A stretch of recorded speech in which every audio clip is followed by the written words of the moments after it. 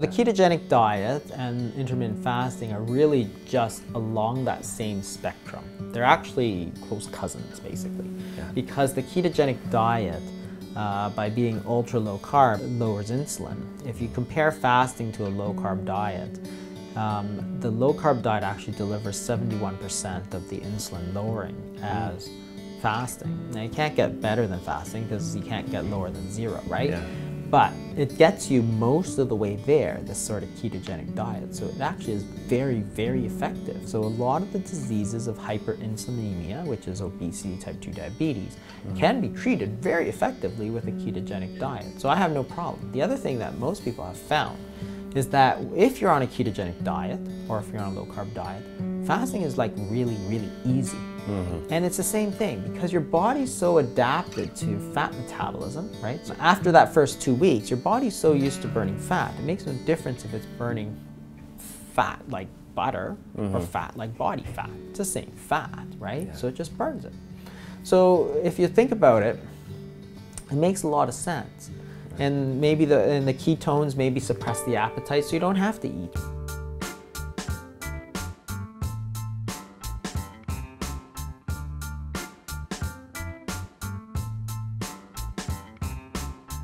Hey folks, welcome back to another episode. It's Mike Meltzer here with HighIntensityHealth.com. Very excited to be with Dr. Jason Fung to talk about his latest book, The Complete Guide to Fasting, and also, if you may remember, he wrote the Obesity Code. So we're going to talk a little bit about that today. But Dr. Fung, first of all, I want to welcome you to High Intensity Health Radio. Thank you. And commend you for your work and really thanks. encouraging people to learn more about fasting. And although it seems like a novel idea, humans have been doing this for quite a while. Is that right? That's right. Well, really, they've been doing it since the dawn of humanity, and that's the whole point, is that what we have here is a therapeutic modality that's been used for thousands and thousands and thousands of years, and now, for some reason, we all have decided that this is like the worst thing that people have ever done in their life, right? And it's like, that's ridiculous. Yeah. And if you even look back at all the religions, they all have prescribed periods of fasting, right? Some religions more than others, but people have always done it. In certain cultures, like the ancient Greeks, they did it for different reasons. For them, they did it for the mental clarity. But there was a long, long tradition with fasting. In the last 50 years or so, there's been this real move against it. Now, for example, you mention it and people just roll their eyes. They think it's like the dumbest thing they've ever heard. I'm like, well, what's so dumb about it, right? And that was the point I was at a few years ago when I was working with type 2 diabetics. So I'm a kidney specialist and we see a lot of type 2 diabetics and many of them are overweight. What you realize is that you have to take care of that diabetes, otherwise they're going to progress to have kidney disease, and to take care of the diabetes they have to lose weight. So somehow we got to the point where we were discussing fasting. I thought, oh, that's the dumbest idea ever, right? Yeah. And then I thought, well, why is it so dumb? Like, what's wrong with it, right? So then I started to look, and really there's nothing wrong with it. There's all these benefits, but the bottom line for me was that it's a way that people lose weight.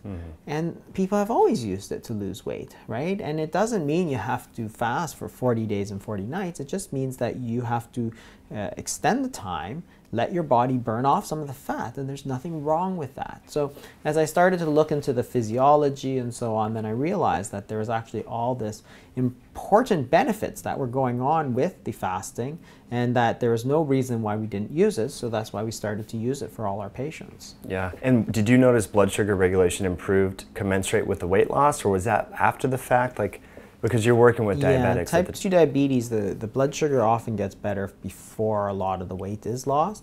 So you can often pull people off of their medications, take them off of their insulin and so on. And that's one of the things that you have to be careful about, is that you don't take the same dose of all your medications, especially if they're diabetic medications, and change your diet at the same time.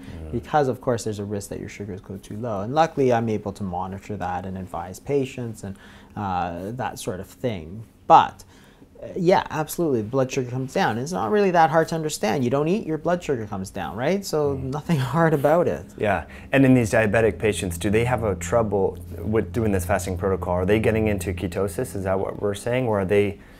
I don't measure ketones, so I don't actually know if they're going into ketosis. Certainly, some are going into ketosis, but I couldn't tell you because we don't measure it. We don't have a good system. I mean, there's systems for it, but it's not absolutely necessary either. So to simplify things, we actually don't require it of our patients. Many people like to see it to know if they're burning fat and so on, and if it helps them, great. But for many of our patients, they're older, they don't really want to do something extra. So. Yeah. What about hypoglycemia? Yeah, I mean, that's the major risk, right? So if you're taking blood sugar medications, then you may go hypoglycemic, right? The question is if you're not taking medication, so for somebody who's either not diabetic or diabetic but not taking medications, there's always this worry, oh, you're going to hypoglycemia. Well, no, that's not how the world works, right? And this is the same thing. So and people always tell you these crazy, crazy things about fasting. Yeah. One of them is you'll go hypoglycemic and like die or something, right? So it's like, okay, if that was true, then 100, 200 years ago, and it was winter and you're living in a cave somewhere and there's no food, you don't eat for a couple days, well, you'd go hypoglycemic and die, right? That's what happens to all the lions and the tigers and the bears. They all just have seizures and die, right? No, it's like, come on, that's just ridiculous, right? If you actually measure the blood sugar of people who fast, it typically goes down a bit, then stays in that normal range. And every single study has shown the same thing. The reason is your body will produce some of the sugar. The other thing it will do, of course, is reduce the need for sugar. So your body, most of your muscles, for example, will start burning fat. Your brain, which cannot, the body produces ketone bodies, and the ketone bodies will provide most of the energy needed for the brain. So you do need a little bit of glucose, but luckily you can get that from your body fat as well. So if you look at glycerol, which is the backbone of the fat molecule, so it's a glycerol plus 3 fatty acid chain. When you don't eat, your body cuts off those 3 fatty acids, the muscles use the fatty acids, the glycerol gets turned into glucose, and you have a little bit of glucose. But since most of your body is not using glucose, you don't really need that much. Right. So that's the point. You don't go hypoglycemic, right? It's the same thing. You hear this all the time, that the brain needs 130 grams of carbohydrates every day, so that therefore you must eat every single day, otherwise you're going to die. Right? And it's like, okay, that is just the most ridiculous thing ever. That anybody would ever think that honestly boggles my mind, because this is basic physiology, right? Not even like physiology 101. This is like high school physiology, right? Yeah. Like not even like grade 12, it's like grade 9 physiology. It's like, the thing is that if you don't eat, what happens is that your body breaks down glycogen, provides glucose. So why do you need to eat? You don't. When you eat, you store energy. When you don't eat, your body pulls that energy back out. So for example, we ask people to fast all the time. If you're going for surgery, you don't eat. If you're going for a colonoscopy, you don't eat. If you're going for fasting blood work, you don't eat. If you're going for an ultrasound, you don't eat. Sometimes it's 18 hours, sometimes it's 20 hours. It depends on what the procedure is. Yeah. So people fast all the time. Does any one of them ever go hypoglycemic or have a seizure, or there's no brain functions, they've turned into like slobbering idiots? No, they feel pretty normal. Pretty good, actually, mostly, pretty right? Good, yeah. Almost every single one of them. Yeah. Yet you will hear some idiot writing somewhere that, oh, the brain needs 130 grams of carbohydrates to function. You must eat that amount every single day, each and every day of your adult life, otherwise you will become a slobbering idiot. It's like, oh my God. It's like, you can't be more idiotic if you try, right? Because the basic physiology has been worked out 50 years ago. And everybody knows it's false. So, but this is the thing, right? There's these truths that get passed on, and they get repeated so often that no matter how stupid they are, people believe them because they've been repeated over and over. It's like the calories thing, right? Oh, cut your calories, you'll lose weight. Has it worked for anybody, right? No, not really. I don't think it's ever worked, right? The studies have proved it, right? So it's like, why do we think that cutting calories will make you lose weight? Because everybody says so. That's the only reason. Is there any randomized trial? No, right? So there's so many examples here where people kind of repeat this, and fasting has more than the usual number of things: starvation mode, muscle loss. There's so many of these myths that go around, but definitely hypoglycemia is not one of the big concerns unless you're taking medications. Then you have to be careful. Yes. And so in which case you would work with a practitioner, obviously, to make sure that we're, yeah. okay. You mentioned muscle loss. I think that's a big hurdle or mental hurdle for a lot of people, because people that are interested in like fine-tuning their health are generally active. They're exercising, doing CrossFit, weightlifting. We know that muscle's anti-aging. It's where insulin stores onto and so forth. You have a great argument as to why it's so silly to think that you would lose all this muscle when you do intermittent fasting.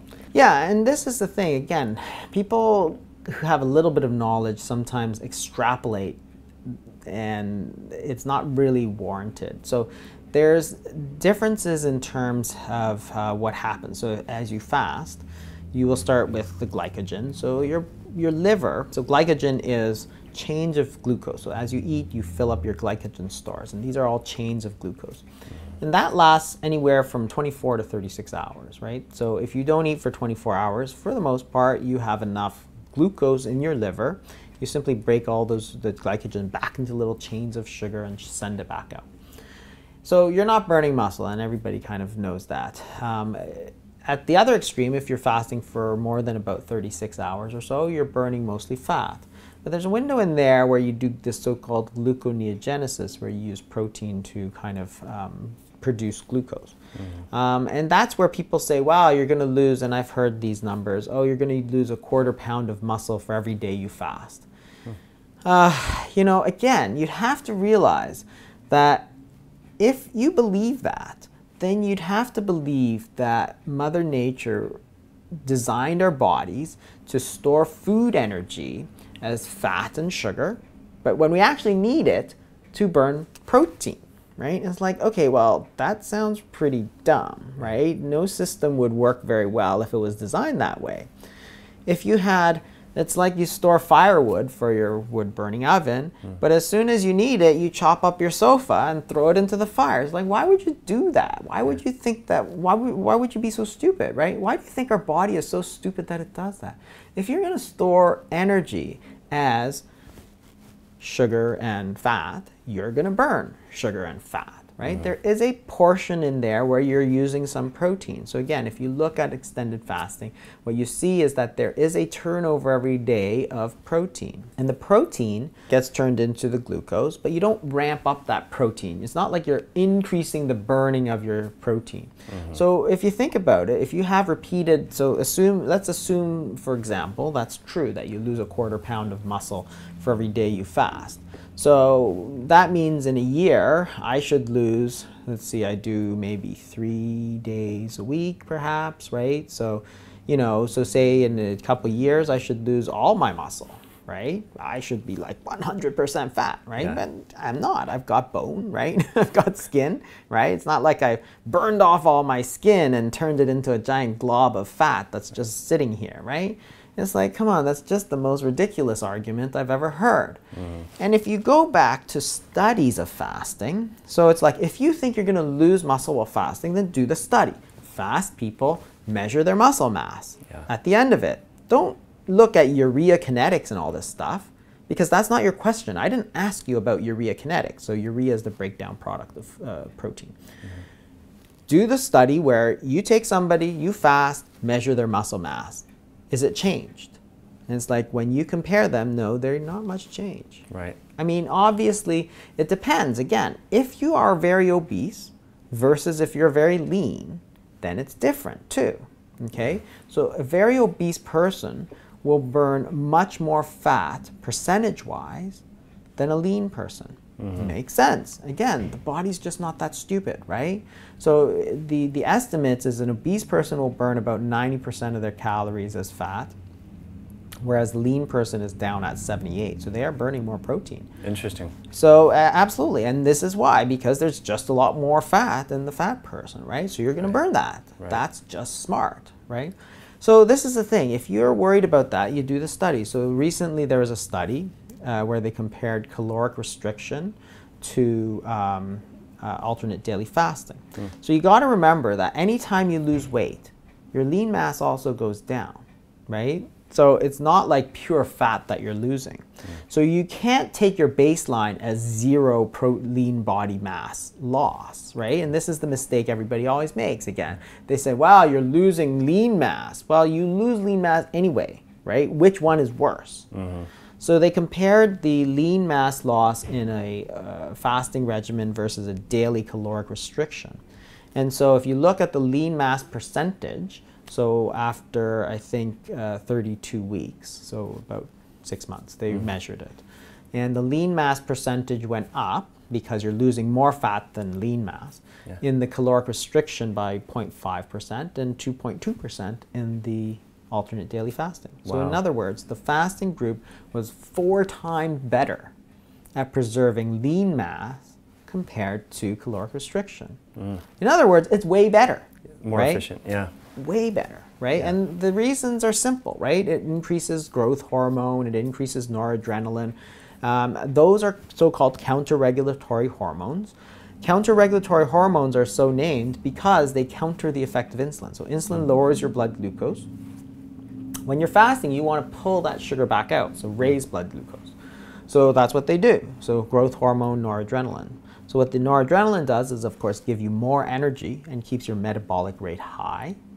And the human growth hormone means that when you start eating again, you will lay down lean mass, right? So your body's not that stupid, right?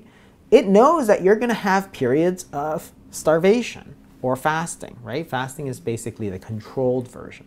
But in the caveman days, it was starvation. You had nothing to eat for 7 days. It's you know, there's no rabbits around, right? So you can't eat anything, and your body knows that. So what it does is it's evolved this mechanism where you're not going to lose all your lean muscle, because you can't. If you did, you'd be dead, right? After 5 days, you burn all your muscle and you've gained all this fat, right? Now you've just got fat, right? And it's like you know, all these Native Indians and Native Americans and Kalahari Bush people and the, you know, Aboriginals, they have these repeated feast-famine cycles, so they should be like little balls of 100% fat, right? Every single one of them, right? It's like, that doesn't happen, right? So this is, again, another myth that gets perpetuated because everybody wants you to not fast. There's no money in it, right? There's no money in it for anybody. Nobody wants to promote it. You know, nobody wants to be a champion for it because it's just like, hey, how am I going to make money if I promote it, right? Yeah. So it doesn't make sense for most people. Really interesting. And going back to the evolutionary aspect of it, you know, the people that couldn't do this, the people that couldn't preserve lean muscle mass and burn glycogen and then fat over time, their genes probably are not here because they didn't make it, right? Yeah, exactly. So that's another component. And the other thing is that not all that protein is good, right? Everybody has this inherent bias that all that protein is really good stuff, right? Well, there's all kinds of situations where that protein is not good stuff, right? So for example, in Alzheimer's disease, there's all this abnormal protein gumming up your brain, and that's why you can't think, right? Well, what if you had a process which could actually break down this junky old protein and get rid of it? Well, that's what fasting does. Because again, your body's like, oh, I'm not getting any nutrients here. Let me look for any of the junky old proteins that I don't need. Let me break them down. And that process is called autophagy. And it's been a super hot topic because the 2016 Nobel Prize in Medicine went to one of the pioneers of research in autophagy. It's super important because you can, theoretically, prevent all kinds of disease, cancers, for example, because all those cancerous cells, they need glucose, they're going to die, but also your body's going to target them, say, what the hell is this? Let's burn it for energy, right? All that flabby excess skin. I have never referred a patient to a plastic surgeon to take off that excess skin from weight loss. Why? Because your body can take care of that, right? Wow. And everybody says, oh, how can you know? How do you know? Well, think about it for a second. If you look at pictures of Holocaust survivors or American prisoners of war in Japan from World War II, they were big guys. They went and got starved for a long time. When you saw those pictures, did they have like flabby, loose skin everywhere? No. No, because your body says, I don't want that flabby, loose skin, and I need energy. I'm burning that protein right now, right? So it takes it, burns it all down into energy, and that's it, because it's not necessary, right? Wow. And that's the thing, is that everybody thinks these excess proteins are good. I don't think they're all that good. I think that there's actually a lot of protein that could be gotten rid of. Like if you are obese, then it's a very good option for you, because you know for a fact that you're going to be burning more fat than protein. If you're very lean, it may not be the best option for you. If you're lean and you want to build muscle, these long fasts are probably not your best. Probably not your best idea, right?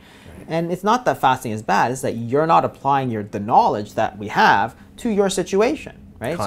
Exactly. So if you're 400 pounds and type 2 diabetic, yeah, maybe a long fast is good for you. If you're 150 pounds and all muscle, and you're worried about performance athletics, that 5-day fast is not necessarily good for you, right? Because you don't have a lot of fat, you're going to burn more protein proportionally, and maybe you don't have all that much excess protein anyway, right? So yeah, maybe not the best idea. So there's a lot of context in this, right? And it's like anything else, right? It's like running. Do we ever say, oh, I went out, I ran a marathon, I didn't do any training, but I ran a marathon and I just about died, right? It's like, well, that was stupid, right? That's what we tell them, right? We don't say, oh, running's so bad for you, right? But we do that in fasting. Some guy says, I'm going to do a 30-day fast, water only. I'm like, and you're like 110 pounds. And then it's like, oh, he almost died. I'm like, well, that's because he was stupid, right? Not because the fasting was bad. You've got to take it in context. It's a therapeutic tool. That means you can use it or not use it, right? You've got to know where to use it and apply the knowledge. And this is the thing, right? It's you know, we get to this point of hysteria where we just look at it and say, oh, fasting's so bad for you, right? There's so much inherent bias against it. Yeah, what I've heard is that it lowers glutathione and it burns muscle. Those are the two big ones that I've heard quite a bit. But I want to go back a little bit. There's a lot of things that we just want to catch everyone up, make sure we're all on the same speed. You said you fast 3 days a week periodically. What does that look like? So I typically do 24-hour fasts. So the thing is about fasting is that there really is any duration you want to do, right? So you can do longer ones. You can do, so Jimmy Moore did a 21-day fast, for example. And you can do kind of 16-8, which is a 16-hour fast every day, which is also a very good thing. Our number one rule is to fit it into your lifestyle to where you get the results that you want, right? So that's probably our number one rule. So if you are very obese and type 2 diabetic, well, maybe you'll have to adjust your life a little bit to fit this in, right? Because you're not getting the results that you want. But otherwise, if you're getting good results, then there's no reason to change. So you don't want to change your life to fit the fasting necessarily, unless there's health concerns, because it's hard in that you're not going to be able to sustain it because that's not your regular life. But for me, this is what works well. I do a 24-hour fast, which means I don't eat breakfast, I don't eat lunch, so I go dinner to dinner. It's a 24-hour fast. If you want to be technical, maybe it's a 23-hour fast, right? But either way, it's most of the 24 hours I'm fasting. And I'll do that 2 to 4 times a week, and it all depends on the week, right? Some weeks I have lunch plans, right? And therefore I'll eat lunch. If that week I don't, then I won't, right? So that's basically it, right? So I have no idea. Some weeks are very good and some weeks are very bad, right? So it really fluctuates up and down depending on how busy I am. So that's really all it is, right? But what I do is I fit that into my life, and it doesn't interrupt my life in any way, right? So today, for example, I'm doing this, so I won't eat lunch. That means I can go to the hospital and get my work done on time, because normally I would go to lunch. I mean, not that I do that much anymore anyway, but normally I would take out 45 minutes and go to lunch, or if I had lunch plans, I would do, you know, lunch meeting or whatever, right? That would take that time. But now I kind of go in and I'm at the same point, so I can go home on time, even though I've done something over lunch, right? But I haven't needed to take the time, right? So this is the thing, you gotta fit that into your life, and nobody even knows, right? It's like, it fits seamlessly in, so that's why I do it. Yeah. Do I do longer ones? Occasionally, not very often, because I tend to have dinner with my family most nights. So it would be very disruptive for me to be sitting there and not eating while everybody else is eating, right? Now they know I talk about it all the time, obviously, so if I were to say, oh, I'll sit down with you, but I won't eat, But again, it's a social thing. You're there, you know, with your family. It's dinner time. You talk and you eat, and that's what we do, right? Yeah. So for me, it would be disruptive to do a lot more than that. So I don't, right? Plus, I mean, you're very lean. You don't look like you need to lose much weight. You're just going after the anti-aging benefits of this, and it helps me maintain my weight. Honestly, I do it more because it gives me a lot more time to do stuff. But it also. Not just that, but I mean, there's other benefits, but some of them, like the autophagy and stuff, you probably have to go a bit longer, right? But I don't have any specific reason to go longer, right? I'm where I want to be in terms of my weight, and I'm not diabetic, so there's no reason for me to do longer, right? Other than if I was, you know, really just for the challenge of it, that'd be about it, right? Yeah, but I don't feel particularly compelled to do that. So. Yeah, me neither. I do like the 24-hour fast periodically. I've been doing like once a week after reading your book and hearing you talk about that. Let's talk about the anti-aging properties. A lot of people are spending a lot of their discretionary income on Botox and liposuction, whatever, trying to slow down the aging process. And you mentioned that when you go into this, when you're fasting, you increase growth hormone and other anti-aging hormones, get rid of the junk you don't need. What have you seen? I mean, this can be anecdotal too, Dr. Fung, from your patients, like skin tightening. Do they look younger? I personally have noticed that with people that do intermittent fast. Yeah, I mean, definitely, because a lot of these sort of things are, the skin, for example, is protein. So therefore, you can have differences in the skin that come around with intermittent fasting. So some people have noticed it, definitely. I mean, Jimmy Moore was talking about this, some of his skin tags popped off and so on. And, you know, when I looked at his, you know, that's a fairly extended fast, so it gives you a good idea. When you look at him, or the other day when he finished the 21 days, it's like, wow, he looks really good. Yeah. You know, that's what I thought the other day. He just looks very healthy. Obviously, he has more weight to lose that he'd like to lose. Sure, so does everybody, right? But he just looked like he had that kind of vitality, right? And it's not all about weight, right? You can be all, you know, thin and still not look, you know, healthy. So definitely what happens during the process of fasting is that you get rid of all the kind of old cells, which is the autophagy, and it's whenever you want to renovate, for example, a house, you actually have to tear down all that old stuff first, right? So what you do if you have kitchen cabinets you want to renovate, you got to tear all the old ones down, then you put up new ones, right? You can't simply put up new ones, and that's kind of our mistake, is that we think that, oh, everything's good, but you can't build a new cabinet on top of an old one, right? You got to tear it down. And that's what the fasting does, right? It tears down all the old stuff. Then when you do eat again, then you'll build new stuff, right? And that's a lot healthier. It's a lot better for you than just trying to add on, right? And that's one of the kind of secrets. And you know, it's obvious, it's intuitive when you think about it, but most people don't really think that deeply. So they always think, oh, more protein is better. More protein is better. Let's just keep doing this with the protein. Yeah, really interesting. I love that analogy. It makes a lot of sense intuitively, like you said, and to kind of get rid of the weaker cells. Let's talk about autophagy. So this is a hot topic in the anti-aging community as well.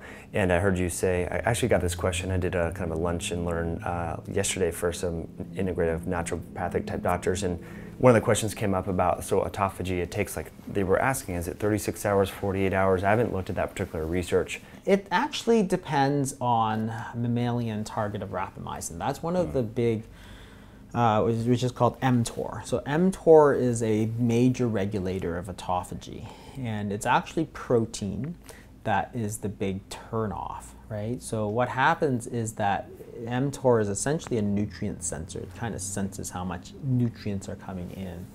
So if you have a little bit of protein, it actually kind of senses that very, very quickly. And the mTOR is what turns on and off autophagy. So you could be fasting, and so if one of the things we use is bone broth, and it has a lot of protein. If you want autophagy, then it may be best not to use it, because you may turn off that kind of autophagy. So you, on the other hand, theoretically, and there's not a lot of research into this, right? But theoretically, you could eat pure fat and still get autophagy, right? So if you ate 0 carbs, because again, it's not the calories, it's not a calorie sensor, it's a protein sensor. So it's very interesting that if you eat pure fats, so some people do this, right? Fat MCTs fast and MCTs or bulletproof coffee or whatever it is, you could actually, theoretically, not fast at all. You could be taking hundreds and hundreds of calories, right, with bulletproof coffee a couple times a day, right? You could easily get 1,500 calories if you take a couple of cups of that, right? But you could get almost all the benefits, right? So that's very interesting. Now there's not a lot, but in terms of length, you're probably so it could be 0, right, as long as you're kind of avoiding all the protein. If you are taking protein, you could be doing this kind of bone broth fasting and never get autophagy, right? So, but if you're doing kind of classic water-only fast, my guess is somewhere between 24 and 48 hours. My guess is also that it depends a little bit on your underlying state. So if you have a lot of, kind of underlying protein, then you're going to get rid of it, right? But if you don't, then you're not, right? So again, if you take those, say, Holocaust survivors, right, it's not a good idea to turn on autophagy, right? Those guys have nothing, right? So I think you have to kind of take that into account too. So for regular people, assuming you're doing kind of classic water only, I'd say somewhere between 24 and 48 hours. Again, because of the glycogen stores and so on. Obviously, if you're in a kind of low carb state already, it may not take that long because you're kind of in that kind of pre-ketosis state kind of thing. Yeah, 2 things come up with that I think people are interested. What's the link between, so elevated levels of mTOR drive autophagy? Is that kind of the signaling molecule that triggers that, or is it the opposite? I think it's the opposite. I think it's a negative regulator. I see. Yeah, so it goes, so I think it senses protein as the main thing mTOR is, and then I think when mTOR goes up, it goes down or something like that. Yeah. So a lot of people are taking like branched chain amino acids while they're fasting, so that would negate the autophagy, is where I was getting. Yeah, interesting. Thing. So but certain ones are worse than others, so I haven't looked specifically then to which ones. I had written it down, but honestly, I can't remember. It's not important, but there are certain ones that are more important for mTOR than others. I don't remember if it was the branch chain ones, but it's the same thing, right? Bone broth, which is relatively healthy, and branch chain amino acids and stuff. Yeah, you could lose some of the benefits from that. And again, to me, it's like, well, if you're going to do it and you're worried about it, then do classic water only. When you eat, take your branch chain amino acids, right? What's wrong with that? Take it when you eat, right? So it doesn't mean that you can't take it, but when you're doing your fasting, then just do the fasting, right? Don't try and mix up the two. And the same thing with the bone broth, which is again a fairly healthy thing. If you want to do that, you can change the schedule so that you take the bone broth when you eat. Right, so you get the benefits. There's all these other kind of traditional benefits of bone broth. Yeah. We use it to increase compliance, truthfully, so people feel like it's easier. The other reason we use it in more extended fast, because then you can put some salt in. It's easier to get salt. Yeah. So if you do water only, you're getting very little salt, which sometimes causes people to get a bit dizzy and sometimes causes some headaches and stuff. So other people have done salt and water, which sounds super gross, but apparently when you're salt depleted, it tastes pretty good. That is funny. So for that, we say, well, then use a broth or a vegetable broth for those vegetarians, because then you can put a lot of salt in, and then you won't get those sort of symptoms. So it increases compliance because it makes it easier.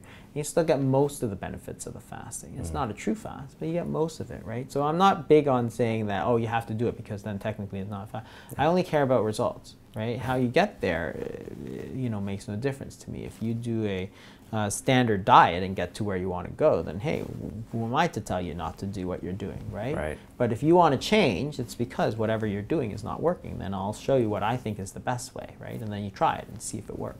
Yeah, and so those recommendations, how specific are they in terms of weaving in the bone broth or the salt? Is it after day 2 or 3, or just when you feel a little hunger? No, we usually have people use it just whenever they feel like it. And then if people don't do well, then we simply tell them to cut it out. Okay. But we have older patients, so typically we will stick to shorter fasts duration. So again, this is that kind of context.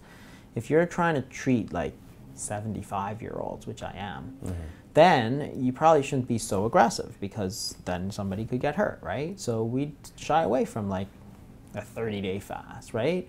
But if you're like looking for a challenge and you're 400 pounds and you're 40 years old and you're pre-diabetic, well, you probably could do an extended fast as long as you're kind of monitor yourself, you got family around you and stuff, right? Sure, go ahead, right? Yeah. There's nothing wrong with that, but there is a context. You got to use it where you think it's appropriate.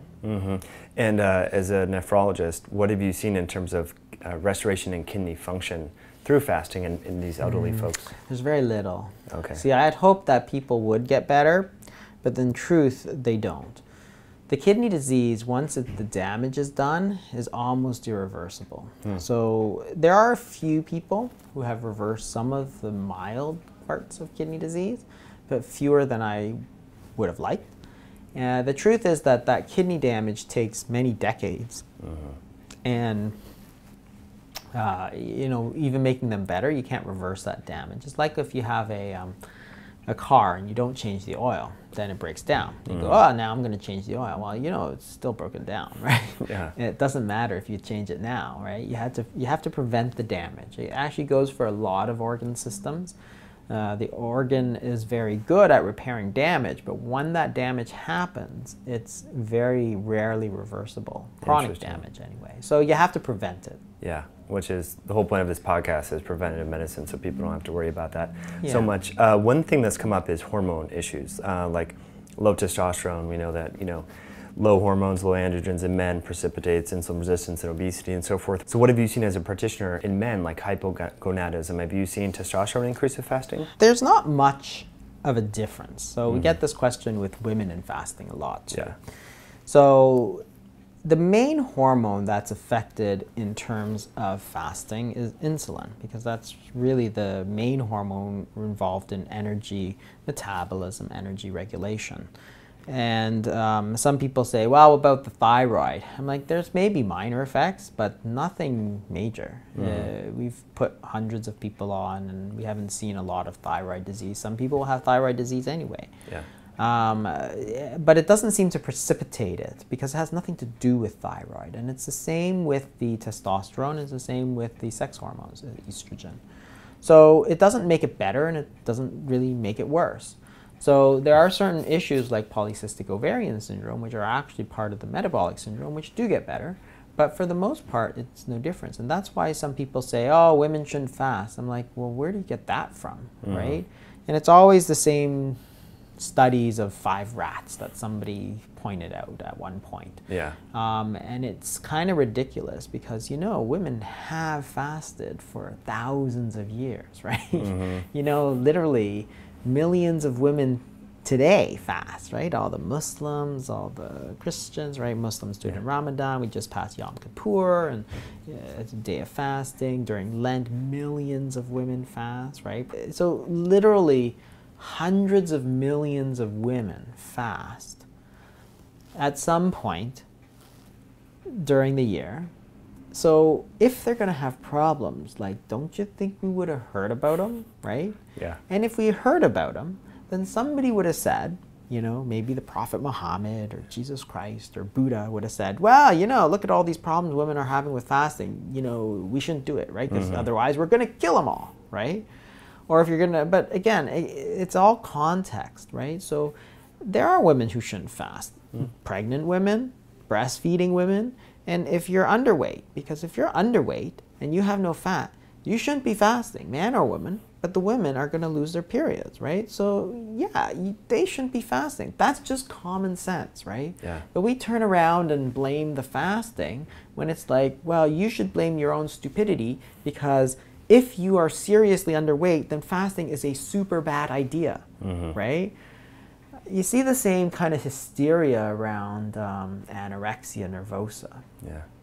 Oh, you know, it's ironic actually, because when you talk about fasting, the first thing people say after they roll their eyes is they say, nobody's going to do that.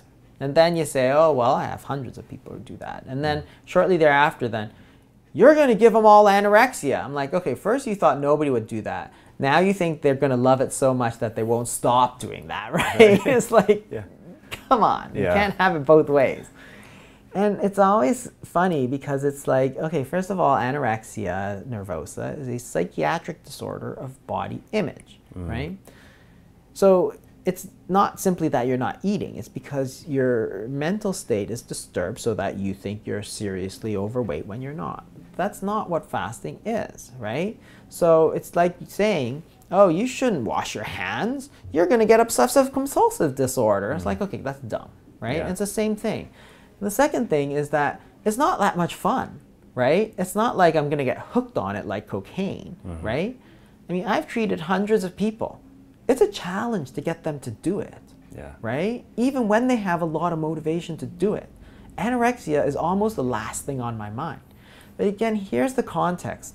If you're a 60-year-old woman who is 250 pounds, type 2 diabetes, you need to lose that weight, anorexia is not my concern anywhere in the top 1,000 medical problems that could come up, right? So don't talk to me about I'm going to give them anorexia. Nobody in that patient profile is going to develop anorexia nervosa. In fact, many of them won't do it because they just don't want to, right?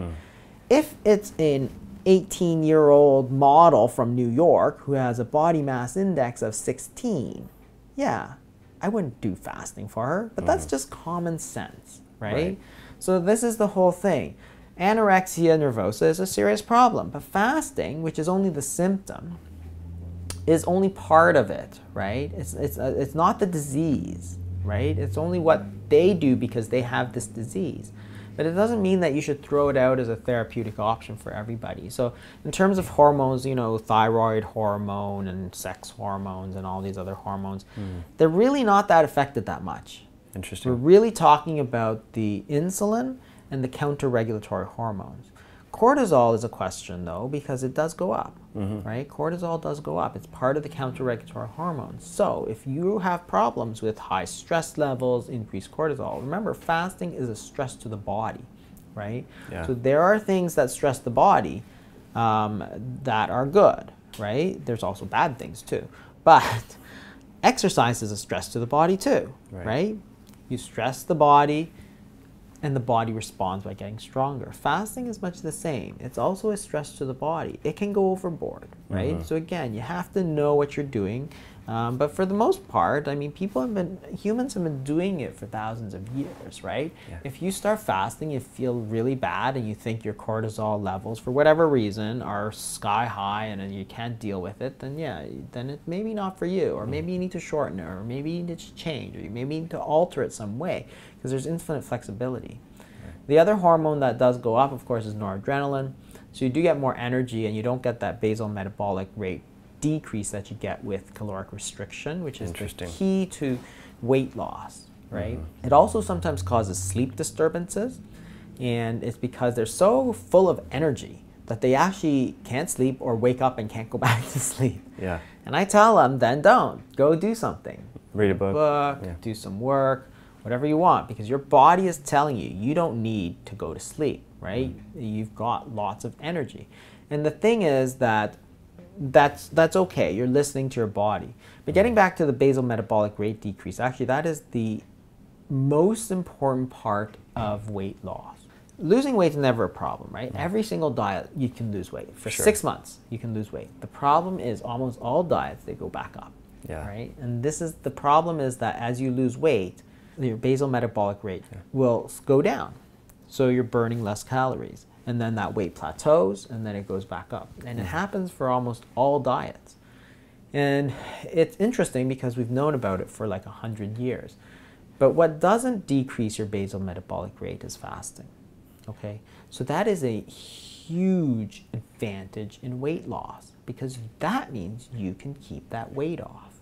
Right, so that's big. It's huge. So if you compare, for example, this recent study that I was telling you about, where they compared daily caloric reduction to alternate daily fasting, you can see that the caloric reduction decreased their basal metabolic rate by about 80 calories a day, which was statistically significant, whereas the fasting one decreased it by about 29, which was not statistically significant, right? P value of like 0.48 or something like that, right? Okay. So in other words, what that tells you is that caloric reduction reduces your basal metabolic rate.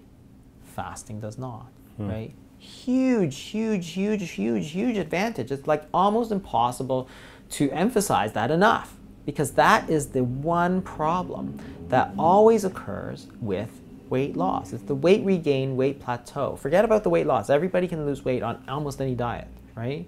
That's why the 6-month results are always great. It's the BMR, right? The BMR. The other one is the hunger, of course. But what I think is interesting about that particular study that you're talking about is, you know, if you look at the end of 1 week, I would imagine the calorie intake is pretty equivalent.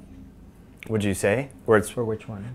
Well, between both the intermittent fasting group or the alternate day fasting versus... There's 2 studies actually. So one of them actually controlled for calories, which is very interesting because they controlled for calories. So intermittent fasting versus caloric reduction, same number of calories, same weight loss at the end of 6 months, right? But that's not the key. The key is the long term, right? And unfortunately, they didn't go past 6 months. But what you found was that the insulin resistance was much better with the fasting group, and the insulin level was much better. So again, a reflection of the insulin resistance. The other study was actually not calorically matched. So the fasting people were eating less calories than the caloric reduction people, yet did not reduce their metabolic rate, right? Powerful. Very, very powerful. Like it's so important. That part is like so important because that is the key. Like I don't know why nobody else talks about it, because that is, we know that, right? All those studies, for example, that recently came out about the Biggest Loser studies, right? So that got a lot of press. Rightfully so, they're good studies, right? But what they pointed out was that the reason why nobody, practically nobody, could keep that weight off was the decrease in basal metabolic rate. Except for, I think there was one person, and it was very interesting because the other person had bariatric surgery, which is, you know, another form of very severe caloric restriction, right? And what happened to his metabolic rate was it went back up. I'm like, wow, fascinating, fascinating. Yeah, very interesting. So really, I mean, if we can kind of summarize the intermittent fasting or alternate day fasting as a kind of a protocol people want to embark on, how is it different than calorie restriction? Is it probably is affecting signaling molecules throughout the body in a different way than just cutting your calories isn't, epigenetically or vice versa? Yeah. See, the thing is that everybody tries to pretend like it's all about calories, but you've got to get out of that mindset because the calories really has nothing to do with it. Fasting is about time not eating, right? It has nothing to say about calories. The calories is 0, right? But it's really about the time that you don't eat. It's about changing your hormones, changing your insulin, changing your growth hormone, changing all that, right? It has nothing to do with calories, right? So everybody says, well, fasting works because it reduces calories. Well, no, because you can compare the two and you will see that there are differences. So it's not all about the calories.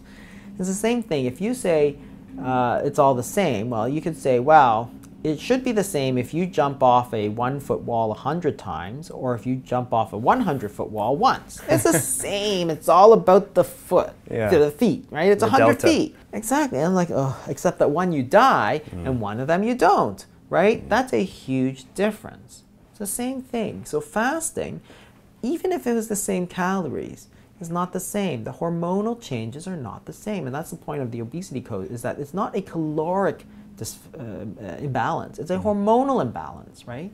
So cutting calories does not fix that hormonal imbalance, right? Fasting, to some degree, helps it much better, right? And there are other things. You have to change the diet, maybe stress, maybe sleep. There's all kinds of things to do with obesity that have to be changed in order for you to fix it. Yeah. Of which one is fasting. It's not everything, right? Some people, it's stress, it's cortisol, right? So some people have chronic pain syndromes and stuff. I'm like, well, your cortisol is like through the roof, right? Fasting is not going to help you at all, right? It's going to shoot it up even more, right? And you shouldn't do it, right?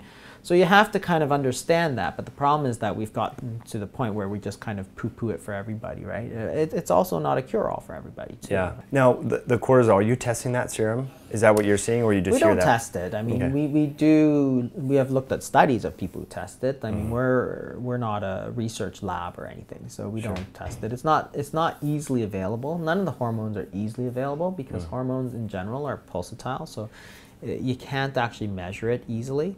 You can do things like 24-hour urinary cortisol, but they're hard to do, and you know, in the end, we just make our clinical judgment. Yeah, and just tell people. I mean, my personal experience with fasting, I don't get that like fight or flight response that you get in traffic, but you definitely feel more energized. That's an N of one, but some people, and so I think this is a lifestyle shift, and so meditation and heart math and doing, you know, mindful-based therapies is part of the equation. For people. Yeah, I mean, there's so many different ways you can incorporate it, and that's really the key, right? You could do once a year a long fast, right? Some people recommend that for sure.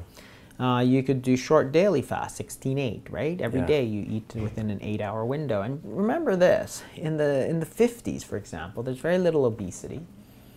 You know, people are eating white bread, right? Jam, right? Cookies, ice cream, right?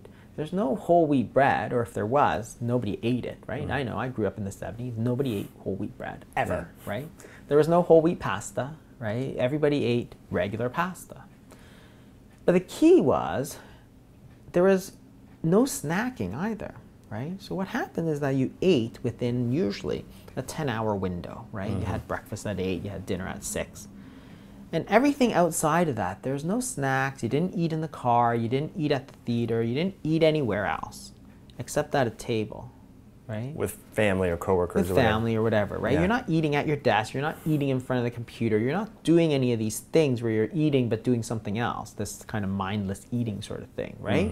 So what that means is that you've got a 10-hour eating window, you've got a 14-hour everyday fast, right? And guess what? There's no obesity, but they're eating white bread and jam like crazy every day. I packed a sandwich with white bread every day, right? You know, to school. So it's like, that's crazy, because this is the thing. You can go back to that time where you kind of take those 3 meals a day, and you know, lots of people at that time, like in France, for example, they'd have coffee in the morning and that's it, nothing else, and they were really healthy, right? And even the word itself, break fast, right? It means you have to fast, because you can't break the fast if you're not fasting. It's a part of everyday life, and we lost that balance, and for some reason we listen to, you know, real fools that keep telling us, oh, you gotta eat the minute you roll out of bed. Like if your feet hit the ground and you don't have like a, you know, a cereal in your mouth, you're gonna die, right? It's like, okay, you guys are idiots, right? And then you have to eat right up until the time you go to bed. It has to be breakfast, snack, lunch, snack, dinner, snack, and then another bedtime snack. It's like, that's supposed to lose weight? You're supposed to eat more to lose weight? Like, that doesn't even sound like it's going to work, right? But you have all these kind of, you know, even doctors who kind of spout this tremendous nonsense. And it's like, okay, where's your trial to tell us that that's really useful advice? Because that advice sounds really dumb to me, right? And of course they have none. But now it gets enshrined, it gets repeated enough, it gets enshrined into this kind of wisdom. It's like, you know, is there any historical background to this? No, right? Nobody's ever done that before, and nobody's ever had this obesity crisis before. Well, they might be connected, right? Really eating all the time, obesity crisis, right? It's like not that hard, right? They're eating Oreo cookies in the 50s, they're eating Kit Kats, right? Nobody cared that much because they had that daily fast to kind of reset themselves. And if you tried to take a snack, it's like there's no food to eat in the house, right? There's a cold pot roast leftover from dinner, right? Yeah, to actually cook it and prepare. Mom had, exactly. Really It's not like there's stuff just lying around. But now we pretend like, oh yeah, we're gonna leave like granola bars around and stuff, sugary good granola bars, so that you can have a little snack at nighttime so you can lose weight. I'm like, oh my God, right? Yeah, that's a really good point. I can't believe people actually tell you this stuff, right? It's insane. Really insane, really interesting. So let's go back a little bit to the bulletproof coffee situation, where some people are using like MCTs to kind of mirror the, what do we want to say, the metabolic phenotype of calorie restriction or of intermittent fasting by going into ketosis. Is there any problems that you see with that in your clients? Not really. So if you understand the physiology, all the benefits of fasting, or many of the benefits of fasting, come from reducing insulin, right? Well, pure fat has almost no insulin effect. So if all you're consuming is pure fat, you're getting a lot of calories, but you're not getting a lot of insulin, right? So therefore, you're getting almost all the benefits of fasting. And guess what? That's, a lot of people have said that it's really helped them and the fat keeps them full and makes the fasting easier. And I'm like, hey, if that works for you, then I'm good with that, right? Now, for other people, they find that it slows down their weight loss. And I said, well, then don't do it, right? But theoretically, from a physiologic standpoint, yeah, if the point of fasting is to lower insulin, and the fat fasting or the bulletproof coffee also lowers insulin, then yes, it's fine. So I actually think that there's a lot of good reasons to believe that that would work. Yeah. And along those lines, a lot of the folks like Jung Rowe and other folks in the ketogenic diet space doing research in drug-resistant seizures and so forth have found that intermittent fasting and the ketogenic style of eating go hand in hand. Oh, absolutely. And so there's a lot of the crossover there. So I think it's important that we're having this conversation. Yeah. The ketogenic diet and intermittent fasting are really just along that same spectrum. They're actually close cousins, basically. Because the ketogenic diet, by being ultra low carb, lowers insulin. If you compare fasting to a low carb diet, the low carb diet actually delivers 71% of the insulin lowering as fasting. Now you can't get better than fasting because you can't get lower than zero, right? Yeah. But it gets you most of the way there, this sort of ketogenic diet. So it actually is very, very effective. So a lot of the diseases of hyperinsulinemia, which is obesity, type 2 diabetes, can be treated very effectively with a ketogenic diet. So I have no problem. The other thing that most people have found is that if you're on a ketogenic diet, or if you're on a low carb diet, fasting is like really, really easy. And it's the same thing because your body's so adapted to fat metabolism, right? So after that first 2 weeks, your body's so used to burning fat. It makes no difference if it's burning fat like butter or fat like body fat. It's the same fat, right? So it just burns it. So if you think about it, it makes a lot of sense. And maybe the ketones maybe suppress the appetite, so you don't have to eat, right? So there's so many ways that they kind of go together that they're really, you know, one is just kind of a ramped up version of the other one. Yeah. That's it, right? You know, a lot of people worry about nutrition or nutrient density and so on, but again, you have to take it into context, right? It depends on what you're treating. So if you're worried about getting enough nutrients, okay, then yeah, you have to worry about nutrient density and all that. I typically treat people who are obese, so I'm not worried at all about nutrient density because they have way too much nutrients, right? So I don't care. So they can fast because I don't need them to get more nutrients. They have had enough nutrients, right? They don't need more nutrients. Why do they need more? Like, what nutrient are you talking about, right?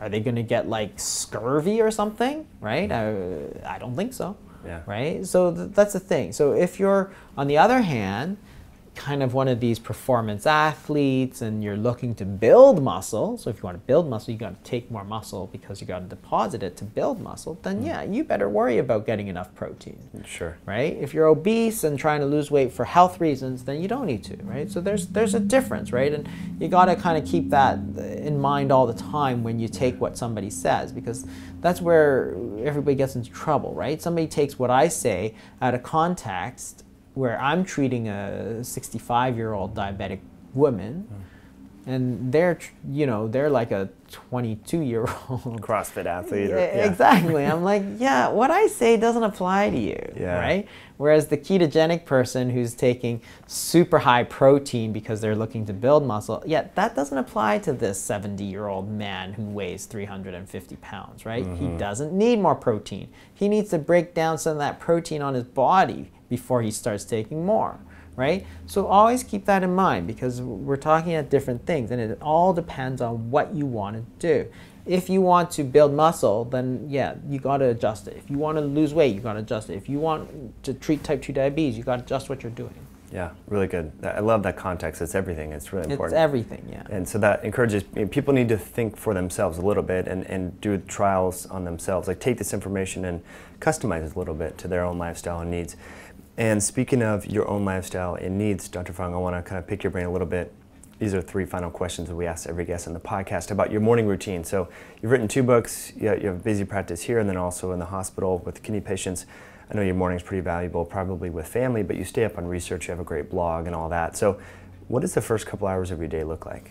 Well, I don't eat breakfast, right? I usually just have a coffee. That's kind of Monday to Friday. Saturdays and Sundays, I usually will have breakfast because it's, again, Kids family time, right? Yeah. And then usually I'm right into work. I drop off the kids and I'm right at work, right? Yeah. And then I'm either in the office or I'm in the hospital, depending on which day it is.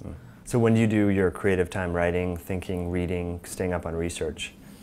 The writing, I mean, I write mostly, it's mostly like 1 blog post per week. That's about what I do. So I try to maintain that. It's not bad. The book itself, the books are kind of more compilations of the blog posts, but there's a lot of work to be done, taking them, organizing them, so editing them, so it flows properly, right? The blog posts, it's whatever I think interests me that week, right? So there is a lot of that that gets put together. I usually, again, when it gets busy, I do more fasting. I get a few extra hours, and it adds up, right? So, for example, I've been fairly busy the last few weeks, and I estimate that it's at least 3 to 4 times a week I've been fasting, kind of 24 hours. But again, I don't have to waste my time at breakfast. I don't have to waste my time at lunch. Not that it's a waste, but you know, it gives me time to do something else. So that's like, what, an hour 15 every day? It's a lot.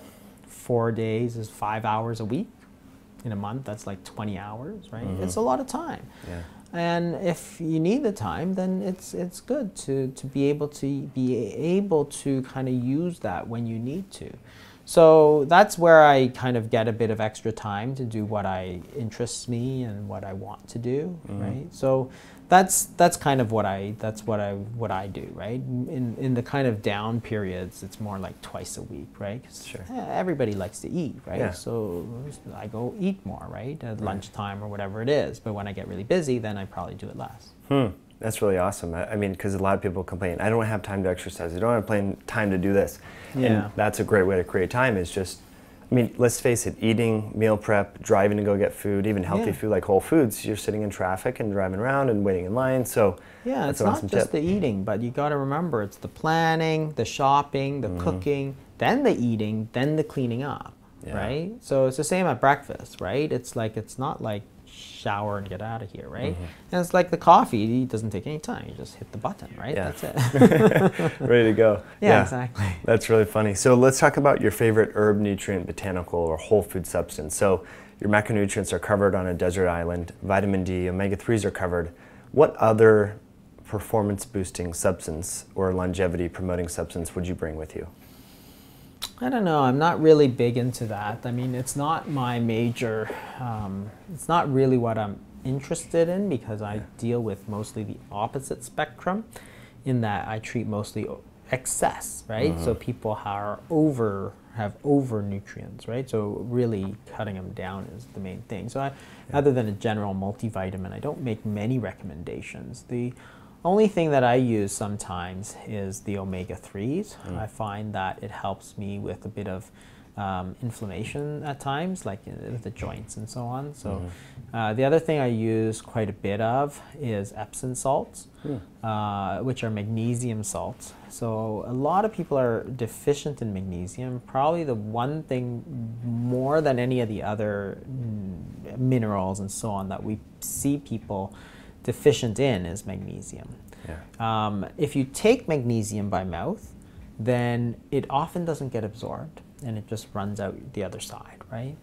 So what you do with Epsom salts, they're magnesium salts, you dump them in your bath, you stir it up, and then it soaks through your skin. So if you soak in it for half an hour, a lot of magnesium kind of soaks in through your skin. Yeah. It's also very relaxing, right? You Right. get the ones that have like some scents and stuff.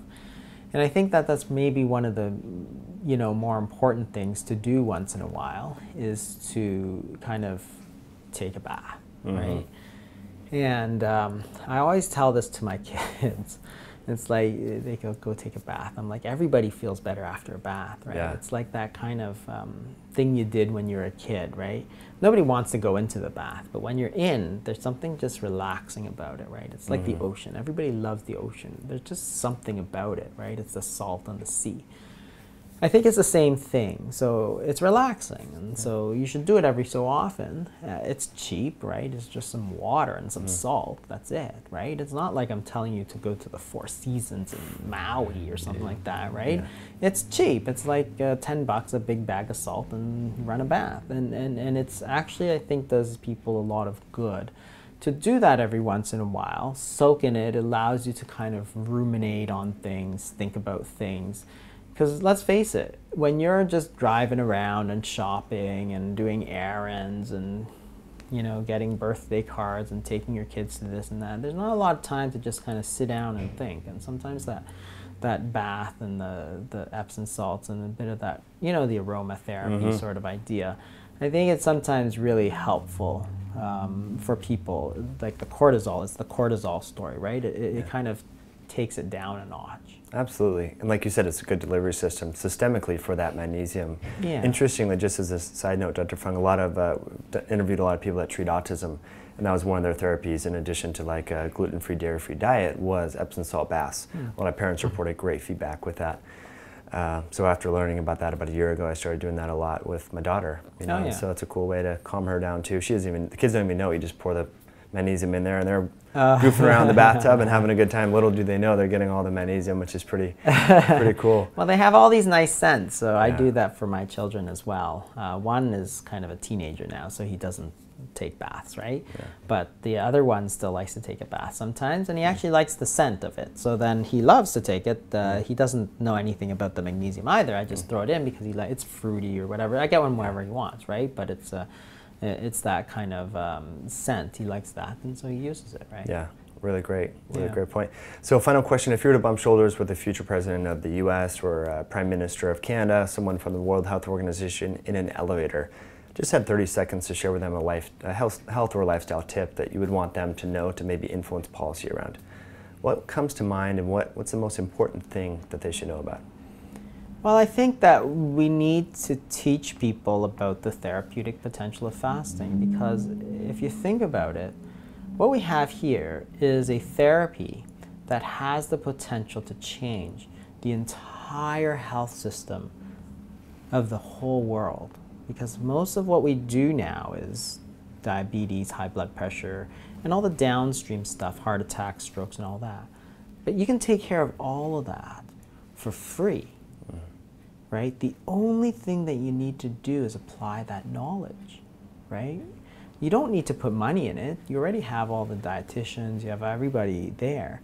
But we need to spread the knowledge of how to do it, because hey, if you don't eat, you'll lose weight. And hey, if you lose weight, your diabetes will go away. And hey, if you don't have diabetes, you won't get diabetic kidney disease, right? So now you've been able to prevent all this disease, probably like 50% of the healthcare budgets of the US and Canada, for free, right? That's an amazing, amazing thing. So who wouldn't want to do that, right? I mean, that's why we have to do it, because, it has so many benefits, but it has like real consequences. For the patient, it's preventing diabetes, preventing amputations, preventing heart attacks, preventing strokes. From a society standpoint, it's saving a hell of a lot of money, right? And not only that, it's saving it the right way, which is by preventing people from getting sick. That's why we're using less, hospitals, right? And all that stuff. And moreover, people can be more productive. They feel better, anti-anxiety, and productivity in workplace, marketplace, being more friendly with your friends and family because you're in a better mood, I found. So love that tip. So as a final kind of parting ways here, I know you're big on social media, you have a great blog. If folks want to connect with you online, what's the best way they can do that? They can go to my blog. It's www.intensivedietarymanagement.com. I'm also on dietdoctor.com, which is like a great resource for low-carb recipes, intermittent fasting. There's a subscription site for that where you get kind of extra material, but there's tons and tons of free material that's just tremendous stuff. So definitely either of those sites is great. Cool. Dr. Fung, really appreciate you coming on the show. Okay, Thanks thank so you. much.